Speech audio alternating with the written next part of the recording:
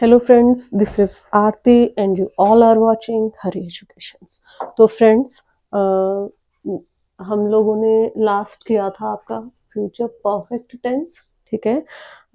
And the last but not the least sub type of tenses is future perfect continuous tense. Tenses का ये last सब type है, ठीक है. तो इसके साथ हमारे टेंसेस का टॉपिक कंप्लीट हो जाएगा. तो आपको इससे रिलेटेड कोई भी अगर क्वेरी होगी you can ask the question. आपके जो कमेंट सेक्शन है वहाँ पे आप मुझे क्वेश्चन पूछ सकते हैं. मैं आपके क्वेश्चंस को आंसर करूँगी डेफिनेटली. ओके. तो what does the future perfect continuous tense tell us? Future perfect continuous tense describes an action which is going to take place near future and will continuing for a certain point of time. Okay.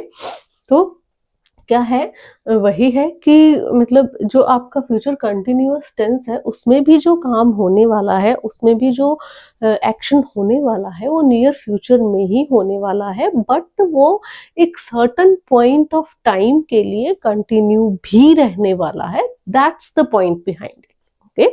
तो for example जैसे मैंने इसी के last video में मैंने आपको एक example दिया था 10th बोर्ड्स के बारे में. उसी तरह से अगर हम उसी एग्जाम्पल को कंटिन्यू करते हैं तो अगर आप मान लो आज आप 8th क्लास में अपीयर हो रहे हैं तो उसके फाइनल एग्जाम्स के बाद आप 9th में जाओगे. फाइन. तो आपकी जो 9th क्लास है वो नेक्स्ट ईयर मार्च तक कंटिन्यू रहने वाली है. तो that is one of the strongest example of future perfect continuous tense. It is perfectly sure कि आपका जो 9th क्लास है किस मंथ तक चलने वाली है और किस मंथ में आप एग्जाम से फ्री होने वाले हो और नेक्स्ट जो बैच है आपका कौन से मंथ में बैठने वाला है. ठीक है. तो that was one of the example for it. Okay.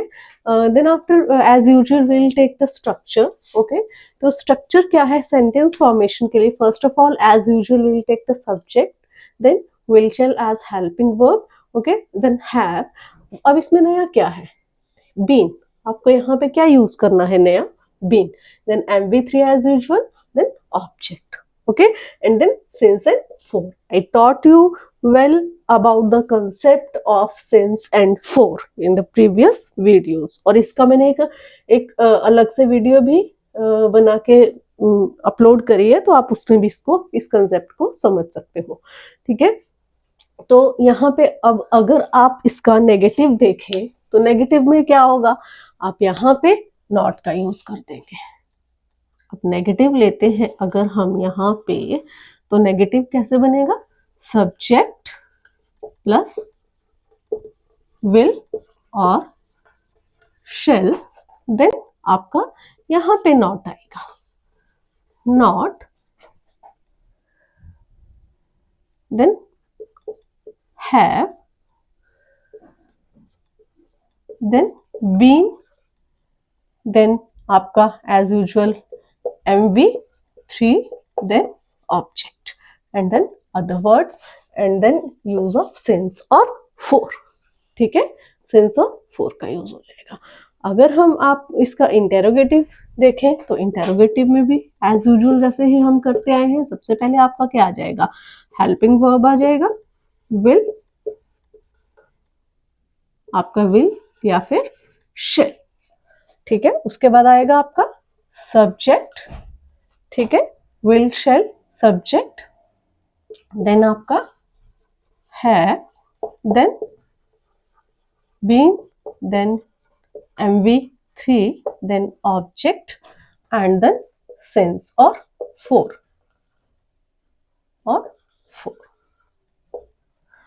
ठीक है. तो that is all about the structures. Now will take the example.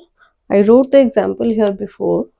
तो क्या है example? She will have been eating the food for 2 hours. Okay.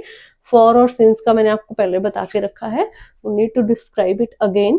So she is the subject here, then आपका helping verb है, then आपका continuous tense है, इसलिए आपने main verb की फर्स्ट फॉर्म के साथ, सॉरी यहाँ पे मैंने MV3 ही यूज कर दिया है, इट्स अ ब्लंडर।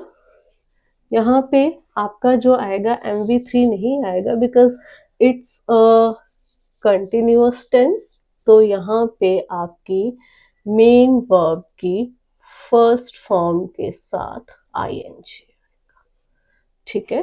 यहाँ पे आपका मेन वर्ब की फर्स्ट फॉर्म के साथ ING का यूज होगा, ठीक है। यहाँ पे भी MV3 जहाँ भी है वहां पे आपका मेन वर्ब की फर्स्ट फॉर्म के साथ ING का यूज होगा, ठीक है। तो आप अगर इसको नेगेटिव, इसका इसी सेंटेंस को अगर आप नेगेटिव में लिखते हैं तो आपका नेगेटिव सेंटेंस क्या फॉर्म होगा, यहाँ पे आ जाएगा आपका शी विल नॉट। अब यहाँ पे आप नॉट का यूज कर देंगे, she will not have been eating the food for 2 hours. Fine. उसके बाद आप इंटेरोगेटिव देखें तो इंटेरोगेटिव क्या हो जाएगा आपका, हेल्पिंग वर्ब आपका सबसे पहले आ जाएगा विल शी, फिर आपका सब्जेक्ट आ जाएगा will she have been eating the food for 2 hours, then interrogation sign. Okay, so that is all about the future perfect continuous tense.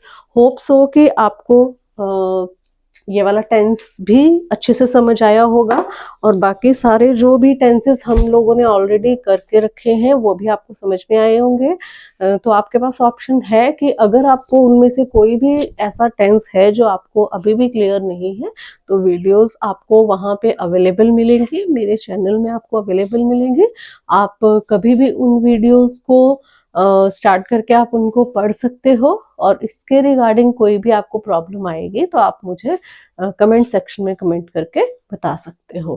तो अब होते हैं आपके टेंसेस कंप्लीट, और आज के लिए इतना ही काफ़ी। आपसे मिलते हैं फिर नेक्स्ट वीडियो में, तब तक के लिए नमस्कार।